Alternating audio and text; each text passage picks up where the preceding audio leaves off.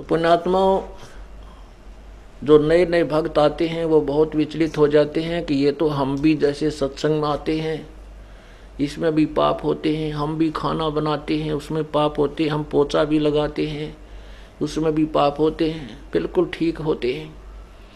तो इसका समाधान क्या है कि जैसे प्रतिदिन हम कपड़ा पहनते हैं और वो कपड़ा हम जानबूझकर मिट्टी में नहीं मिलाते, उसको जानबूझकर गारा मिट्टी नहीं लगाते, लग जाती है, तो उसका समाधान है कि सुबह उनको साफ कर लेते हैं साबुन और पानी से।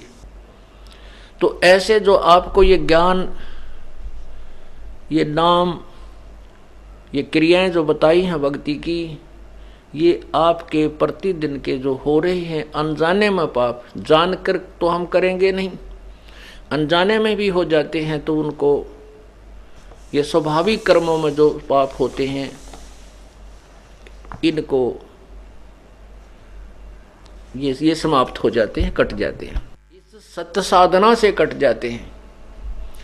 और जो अन्य साधना करते हैं वो ऐसे तो शास्त्र विरुद्ध है, फिर भी ओम नाम का जाप वेदों अनुसार शास्त्र अनुकूल है, वो जाप करते हैं, तो उस साधना के करने से पुण्य और पाप दोनों भोगने पड़ते हैं, चाहे वो जानकर होते हैं चाहे अनजाने में होते हैं,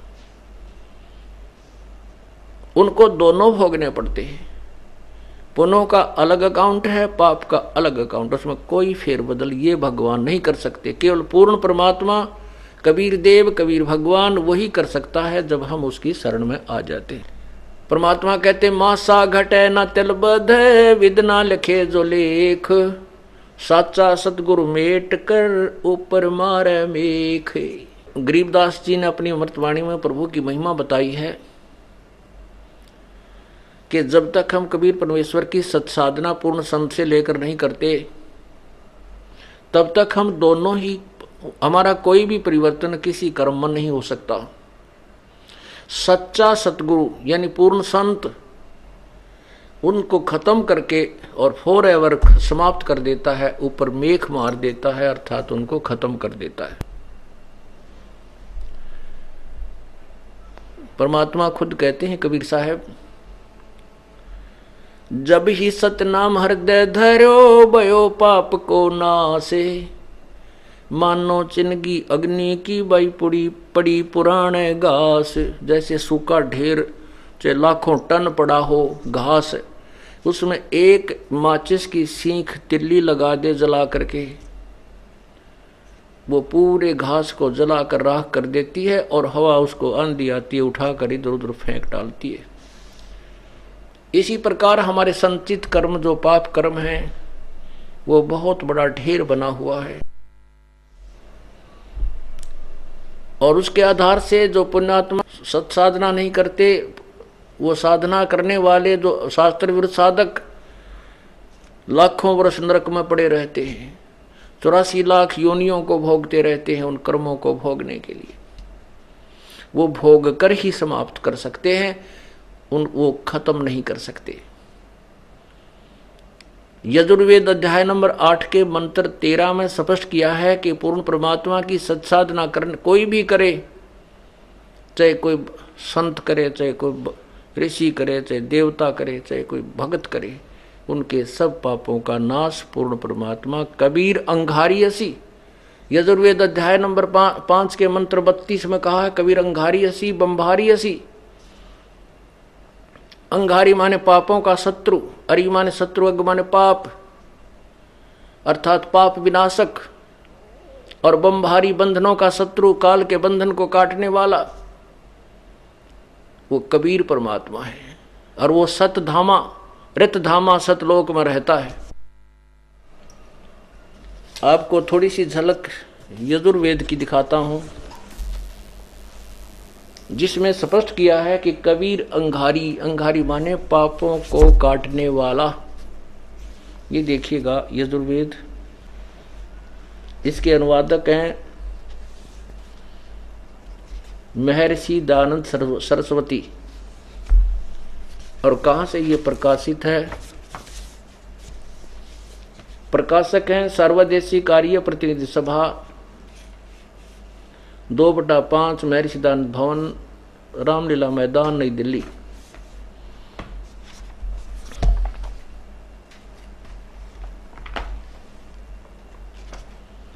अध्याय नंबर 5 का मंत्र 32 आपको दिखाते हैं। ये देखिएगा, ये है 5वां अध्याय 161 पृष्ठ, ये 162 पर आप देखिए, 160 पर यजुर्वेद भाषा भाषे स्वामी दयानंद जी के करकमलों द्वारा ही अनुवादित है। इसमें देखना कितनी सच्चाई आपके समक्ष है। उसी गसी कबीर, ये कबीर लिखा, हम इसे कबीर बोल देते हैं, कबीर, क्योंकि हम वह को बै बोलते हैं, हमारे भगवान भी ऐसे बोलते हैं।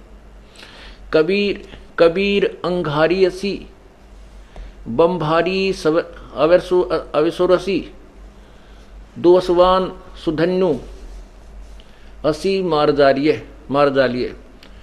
और अंत में लिखा रत धामा असी सवर ज्योति, और सवर ज्योति स्वयं प्रकाशित, रत धामा माने सतलोक में रहने वाला।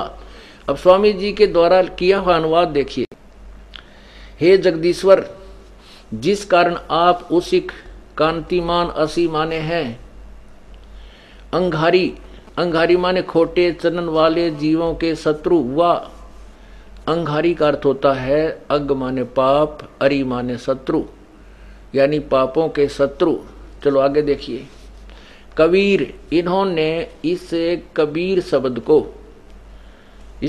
शब्द को अपसर्ग लगा दिए और कबीर बना दिया, कवि। हम इसको कबीर भी बोल सकते हैं, जैसे ये यजुर्वेद है। इस यजुर्वेद के रै को हटा दें और यजु 2 अपसर्ग लगा दें तो भी यजु भी कहीं लिखा होगा तो यजुर्वेद ही कहा जाएगा। तो यहाँ कबीर भी लिख दिया तो भी हम इसे कबीर देव कहेंगे। ये देखो, कबीर, इन्होंने अर्थ कर दिया कांत परजय असी माने है। इसका अर्थ बनता है कि हे परमात्मा, आप उसी के माने पूर्ण शांतिदायक असी माने हैं। ये दास का रहा अनुवाद। आप पापों के शत्रु हैं। इन्होंने लिखा खोटे चलन वाले जीवों के शत्रु। और शत्रु कबीर असी, वो कबीर है। ये देखना, उसी गसी कबीर अंगारी असी, कबीर भगवान जो है वो पापों का शत्रु है। और बम्भारी है, वो बंधनों का शत्रु है। यहाँ देखिए, कबीर माने कबीर असी माने, हम इसको कबीर ही लिख दें। यजुर्वेद हो तो यजु होता तो यजुर्वेद है, यही लिखना पड़ता। ये कबीर हैं, पापों के शत्रु। बम्भारी माने बंधनों के शत्रु, ये स्वयं लिख रहे हैं। बम्भारी माने बंधन के शत्रु, वह तारादि तंतुओं के विस्तार करने वाले। बता, ये सीधा है कि बम्भारी माने बंधन,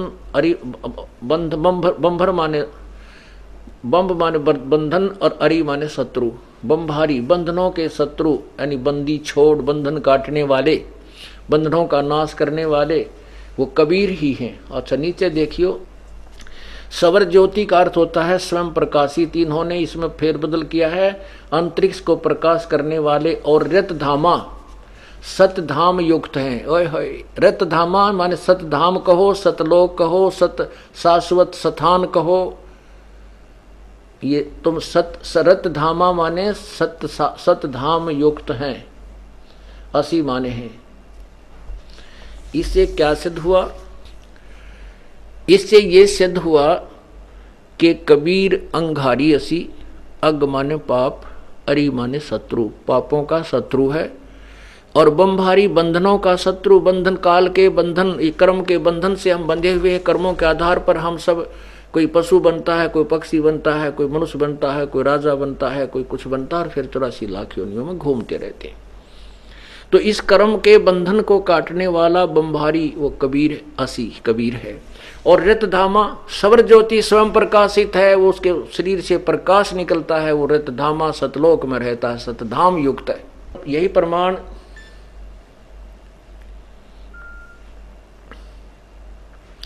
ऋग्वेद मंडल नंबर 9 सूक्त नंबर 96 के मंत्र नंबर 16 से लेकर के मंत्र नंबर 16 से लेकर के 20 तक स्पष्ट है कि वो परमात्मा तीसरे धाम में और चौथे धाम में रहता है, वो कबीर है। ये देखिएगा, ऋग्वेद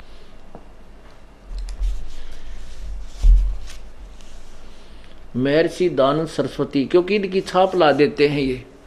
और इस तरह ये व्याख्या करते हैं वेद के, महर्षि द्वानंद की छाप लाग रही है, बड़ा बड़ा विद्वान था और इसने तो तोड़ पाड़ रखा होगा अनुवाद करण का है। तो चलो, अब इन्होंने अनुवाद तो क्या, किसी और ने मोर इनकी ला रखी है। और ये कहाँ से प्रकाशित है? प्रकाशक है सार्वदेशी कार्य प्रतिनिधि सभा, महर्षि दान भवन, रामलीला मैदान, नई दिल्ली। इसमें देखिए अध्याय नंबर 9 के सूक्त नंबर 96 में ये देखिएगा, ये सूक्त ऋग्वेद मंडल नंबर 9 सूक्त 96 का मंत्र 16।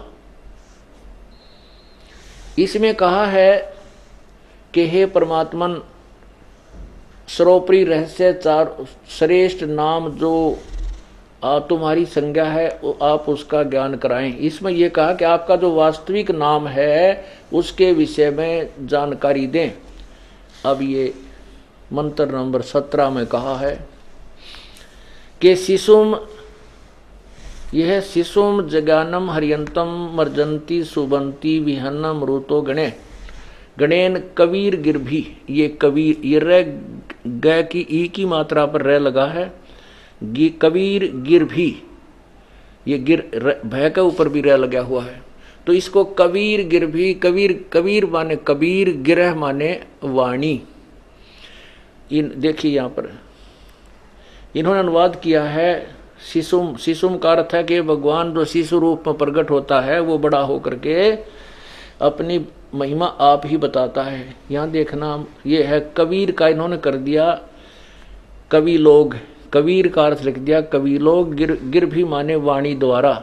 इसको हम लिख दें कबीर गिरह। ये देखो कबीर गिर भी, कबीर वाणी द्वारा। यो कबीर एक बार फिर लिखा, कबीर कबीर, हम इसको कबीर बोलते। संत सोम, वो संत रूप में प्रगट अमर परमात्मा, वो कबीर नाम है उस भगवान का। और वो अपनी कबीर गिरबी, कबीर वाणी द्वारा, कावेना लोकोक्तियों के माध्यम से, श्लोकों के माध्यम से अपनी महिमा बताता है। लोग उसे प्रसिद्ध कवि कहने लग जाते हैं। ये देखना, कवि लोग वाणी द्वारा, कविता से, कावेना माने कविताओं से, यानी कविताओं के माध्यम से उसकी स्तुति करते हैं। सोम स्वरूप, सोम माने अमर परमात्मा होना चाहिए। पवित्र हुआ परमात्मा कारणवस्था में अति प्रकृति रे बन, यानी गरजता हुआ अतिक्रमण करता है। अब 17वें श्लोक में बताया है, 18वें में 17वें में बताया वो कबीर नाम है और वो संत या ऋषि रूप में प्रकट होता है और उसमें गरज गरज कर ऊंची आवाज में बोल बोल कर अपनी महिमा कविताओं के माध्यम से, लोकोक्तियों के माध्यम से और जनसाधारण को सुनाता है, जिस कारण से वो प्रसिद्ध कवि की उपाधि प्राप्त करता है। लेकिन वो होता है भगवान ही। यहाँ देखना, ये 18वां अध्याय श्लोक है उसी मंडल नंबर 9 के सूक्त 96 का। अब 18वें मंत्र में लिखा है कि सोम, सोम रूप परमात्मा, वो अमर परमात्मा पालन की इच्छा करता हुआ, जो महान वह परमात्मा, यू है तृतीयम धाम, देवान और पितरान, ये तो इनकी अपनी सोच है। इन दोनों से पृथक तीसरा जो मुक्ति धाम है, उसमें विराजम, उसमें विराजमान है। सीधा अर्थ बनता, उसमें विराजमान जो, अब ज्ञान योगी गीता गया भगवान के मार्ग में, ये गलत कर दिया, विराजम का अर्थ लिख दिया इन्होंने। वो विराजमान है जो ज्ञान योगी है, उसको अनुराजती, प्रकाश करने वाला है, सतुपम सतुमान है, ऐसा ऐसा ये कहते हैं। कवि नाम पदवी जो क्रांतदर्शियों की पदवी अर्थात मुख्य स्थान है और अनंत प्रकार की सत्वनीय है। ऋषि बना सर्व ज्ञान के साधन रूप मन वाला वह परमात्मा जो ऋषिकृत सब साधनों का प्रदाता।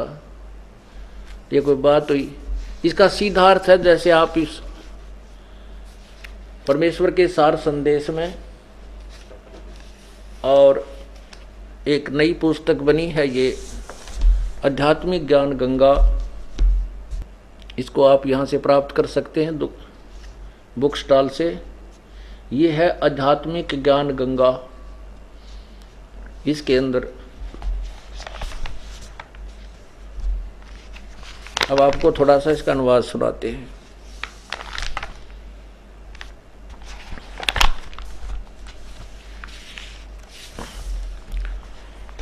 इसमें देखिएगा, यही है ऋग्वेद के मंत्र। ऋग्वेद मंडल नंबर 9, यहाँ देखिएगा 9, और सूक्त नंबर 96 मंत्र 16। इस यही और 16वें का अर्थ है कि हे परमेश्वर आप तत्व ज्ञान रूपी शस्त्र युक्त हैं। उस अपने तत्व ज्ञान रूपी शस्त्र द्वारा ये पूय माने मवाद रूपी अज्ञान को नष्ट करें। अपने उपासक को अपने गुह्यम माने गुप्त सुखदायी श्रेष्ठ नाम माने नाम मंत्र का ज्ञान कराएं। सोमदेव हे अमर परमेश्वर, आपके तत्व ज्ञान की लोकोक्ति गान की कानों को अति प्रिय लगने वाली श्रुति प्राणा अर्थात जीवन दायिनी शुद्ध घी जैसी श्रेष्ठ घोड़े जैसी तीव्रगामी तथा बल वाली अर्थात आपके द्वारा दिया गया तत्वज्ञान जो कविताओं लोकोक्तियों में है वह मोक्षदायक है। उस अपने यथार्थ ज्ञान व वास्तविक नाम का ज्ञान कराएं। तो इसमें बताया है, ये भावार्थ है। तो 17 में मैं कहा है कि पूर्ण परमात्मा हरियम ये शिशुम जगानम हरियम तम मर्जंती सुबंती विहंती वहीन मरुता गणेन कबीर गिरभी कावेना कबीर संतसोम पवित्रम अत्यति रेभन। पूर्ण परमात्मा जो विलक्षण मनुष्य के बच्चे के रूप में जानबूझकर प्रकट होता है तथा अपने तत्व ज्ञान को उस समय निर्मलता के साथ उच्चारण करता है। प्रभु प्राप्ति की लगी हुई विरह अग्नि वाले वायु की तरह पवित्र शीतल भक्त समूह के लिए कविताओं से पवित्र अत्यधिक वाणी निर्मलता के साथ कबीर गिरभी कबीर वाणी अर्थात कबीर वाणी द्वारा रेभन माने ऊंचे स्वर से संबोधन करके बोलता है। कबीर संत सोम, ये देखो ये है, ये कबीर गिरभी कावेना कबीर संत सोम। कबीर वो कबीर संत सोम वह अमर पुरुष अर्थात सत्पुरुष ही संत अर्थात ऋषि रूप में स्वयं कबीर देव ही होता है, परंतु उस समय परमात्मा को न पहचान कर वह कवि कहने लग जाते हैं। अब 18वें में क्लियर किया है। सूक्त 9 मंडल 9 सूक्त 96 18 में कहा है कि वेद बोलने वाला ब्रह्म कह रहा है कि जो पूर्ण परमात्मा विलक्षण बच्चे के रूप में आकर कवि नाम प्रसिद्ध कवियों की पदवी उपाधि प्राप्त करके अर्थात एक संत या ऋषि की भूमिका करता है, उस ऋषिकृत उस संत रूप में प्रकट हुए प्रभु द्वारा रची हजारों वाणी ऋषि मना संत स्वभाव के वाले व्यक्तियों अर्थात भक्तों के लिए सर्वसा स्वर्ग के तुल आनंददायक होती है। वो वाणी बहुत प्यारी लगती है परमात्मा के अनुयायियों को। संत सोम वह अमर पुरुष अर्थात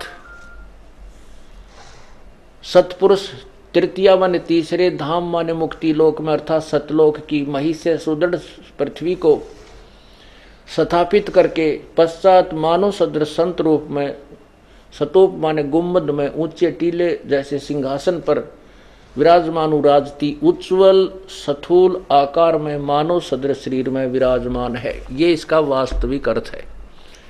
और इन्होंने अज्ञानता के कारण इसका अनुवाद का अड़ंगा कर दिया।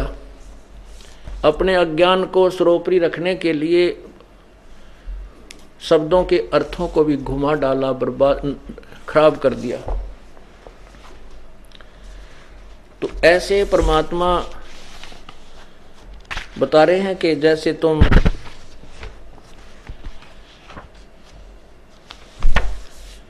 अब ये ना समझ बैठना कि भई तो फिर हम भी करते हैं ये काम, तय कपड़े भी धो रोटी भी बनावा, सत्संग में आते हैं, जैसे धर्मदास जी अपने गांव से चल करके 800 850 किलोमीटर मथुरा पहुंचा पैदल, तो उससे पाप हुए।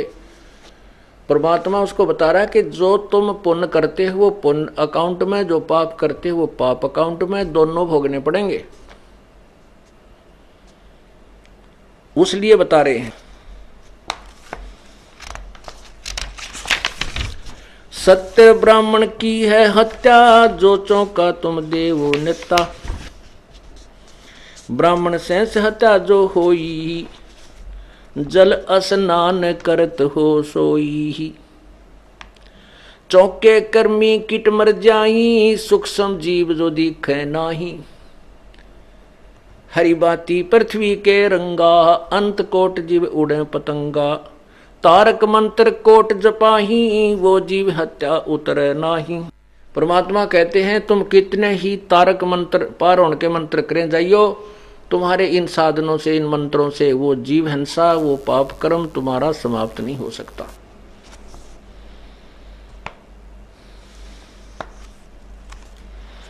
पृथ्वी ऊपर पग जो धारे, करोड़ जीव एक दिन में मारे। एक दिन में ना जाने कितने जीवों को मार करके हम विश्राम करते हैं। और जब तक ये तत्व सतनाम रूपी साबुन और ये तेल पानी जल नहीं हमें मिलेगा, तो हमारा कपड़ा अंतःकरण मैला हो जाएगा। पृथ्वी ऊपर पग जो धारे, कोट जीव एक दिन में मारे। करे आरती संजम सेवा, ये अपराध उतरे नहीं देवा।